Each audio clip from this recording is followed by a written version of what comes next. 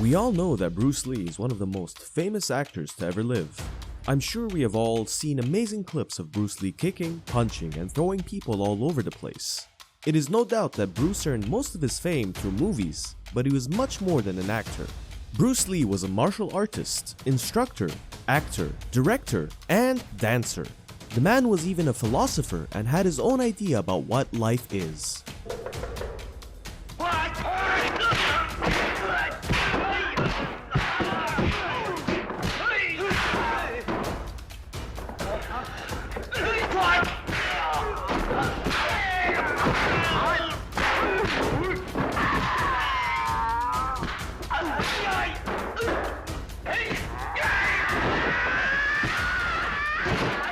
Today, we are going to see who Bruce Lee was, and most importantly, why his speed was famous all over the world.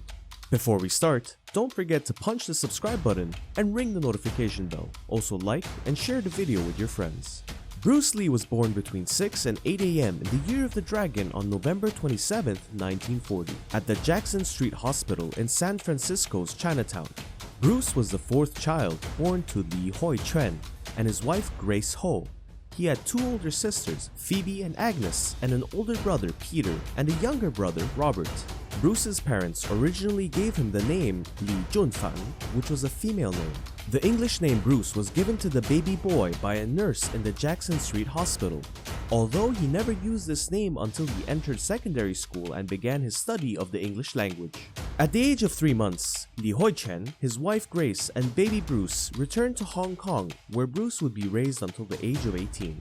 One of his early life achievements was winning the Hong Kong Cha-Cha Dance Championship in 1958 at the age of 18. I think you would never imagine that the world's greatest Kung Fu legend is also a Cha-Cha dancer, right? But he wasn't only good at dancing, he also won a boxing championship that year. But what he really excelled in was the Chinese art of Wing Kung Fu. When he started his martial arts journey, there was one very distinguishable thing about his style and abilities: his speed.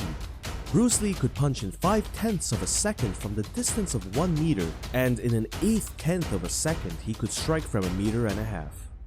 Bruce Lee's forte was the famous 1-inch punch. From a single inch away, Lee was able to muster an explosive blow that could knock opponents clean off the ground. Lee mastered it and fans worldwide absolutely adored it. The seemingly lightweight attack belied the fact that these punches came at you at speeds of up to 118 miles per hour, the equivalent of a high-speed train hitting you on a fist-sized area. Let's try and understand this legendary punch. As Lee's shoulders bolts ahead, his arm gets to work. The swift and simultaneous extension of his elbow drives his fist forward for a final flourish, flicking his wrist just before impact may further increase the fist velocity. Once the punch lands on target, Lee pulls back almost immediately. This shortens the impact time of his blow, which compresses the force and makes it all the more powerful.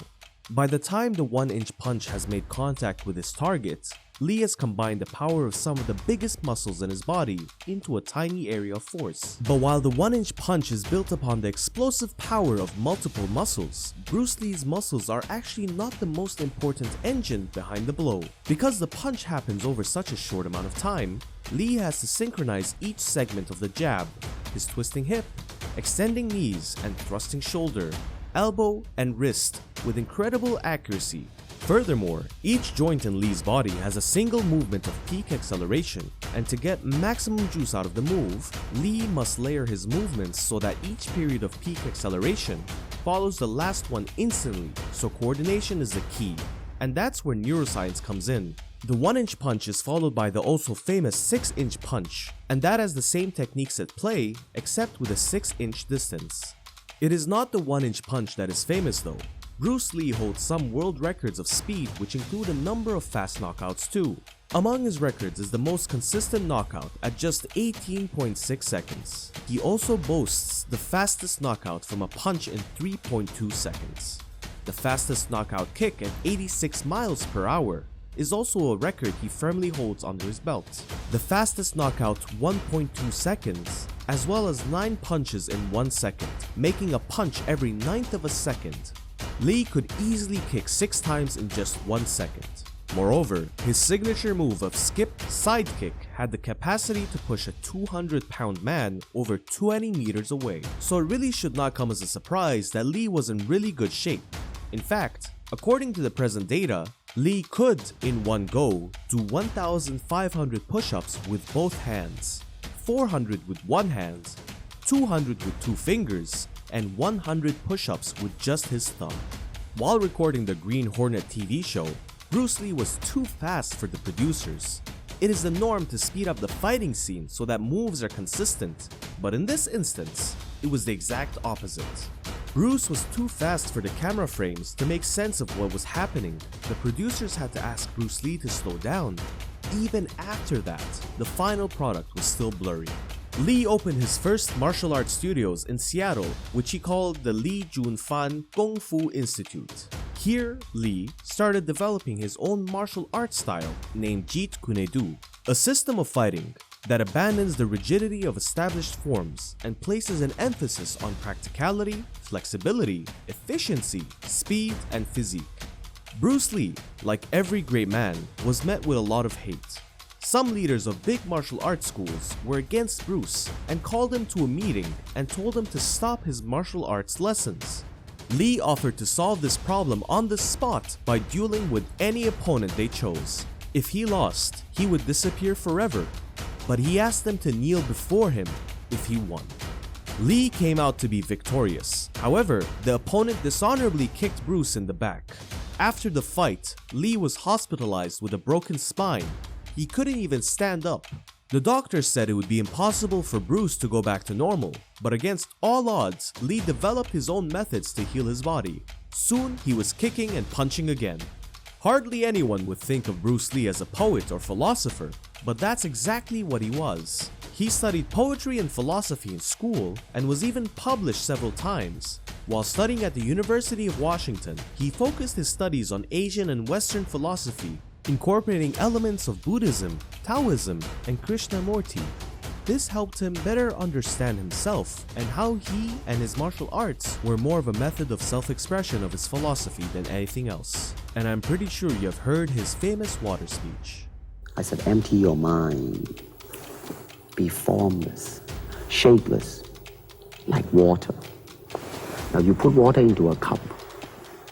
It becomes the cup. You put water into a bottle, it becomes the bottle. You put it in a teapot, it becomes the teapot. Now water can flow or it can crash. Be water, my friend. His last movie, Enter the Dragon, was due to premiere at Hollywood's Chinese Theater in August of 1973. Unfortunately, Bruce would not live to see the opening of his film on July 20th, 1973. Bruce had a minor headache.